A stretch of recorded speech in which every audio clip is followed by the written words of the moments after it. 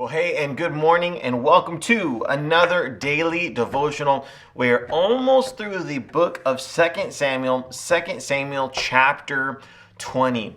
So this chapter is really beginning to be a summary of some things we have seen happening throughout this entire portion of what is known as the time of the kings, as well as some foreshadowing into the end of the time of the kings.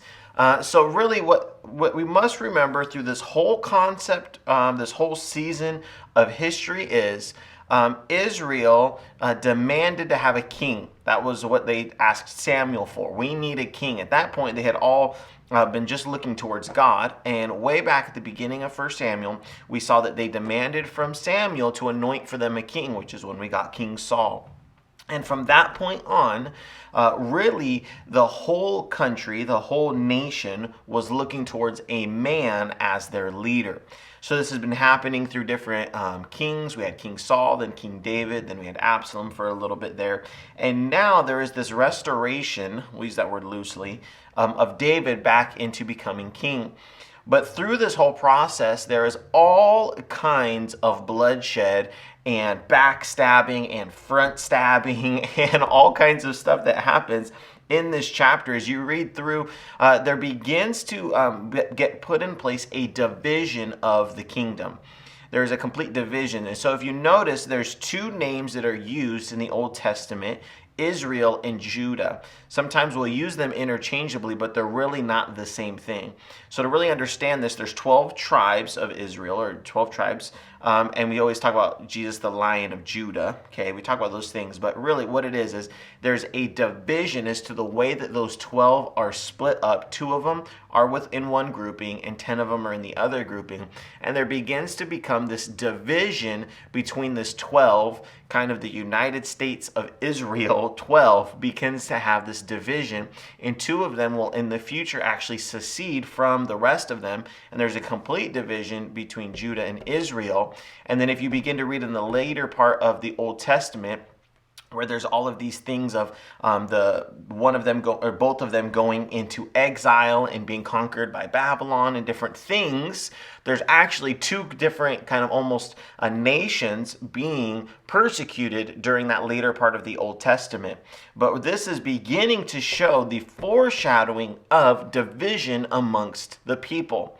And all of this entire chapter, just reading through it, is all about people's devotion towards David, or their devotion towards Joab, or their devotion towards Amasa, or their devotion towards some sort of man, which, like I said, is all rooted back to when Israel demanded a king. And really, when it comes down to it, division, strife, violence, all of these things are rooted when our eyes are set upon a man as our leader and not as God as our leader. So many times we begin to look as a man, a physical person, to be our leader, which causes division and strife and all of these things, because one person will be in support of this man, one person will be against this man. Well, then if this man, I don't agree with him, well, this other person, he doesn't agree with him either, and he's a leader, so I'm going to get behind him. So then we say, well, am I going to support Absalom, or am I going to support David? Am I going to support this party or that party? And there begins to get to this point where they are defined by, the people were defined by their allegiance to David, or they were defined by their allegiance to Judah. They were defined by their allegiance to Israel. Nowhere in this chapter is God mentioned. Nowhere does it say my devotion to God, my devotion to the Lord, to the King of Kings. None of that is mentioned. All that is mentioned is people's devotion towards each other as men. And when we get to a point in our life where we begin to forget who is really in control of the world, who our eyes really need to be set on, we get into some pretty sticky situations. And there's some strife, there's some discord, so to speak, to use biblical terminology. There's just some issue. We have beef with people. There's conflict. There's all of these things between each other when we make man the main issue. Because anytime we put our trust in man, there's going to be issues, because man is not perfect, man is flawed. So no matter who the king of Israel could have been, it could have been the apostle Paul could have been the king of Israel. But even the apostle Paul had some issues. Even he was not a perfect person. Even John the Baptist was not a perfect person. No matter whoever it was that was king during that time would have had some issues, would have made some decisions that were not great. And when our devotion is towards man and not God, we end up having issues.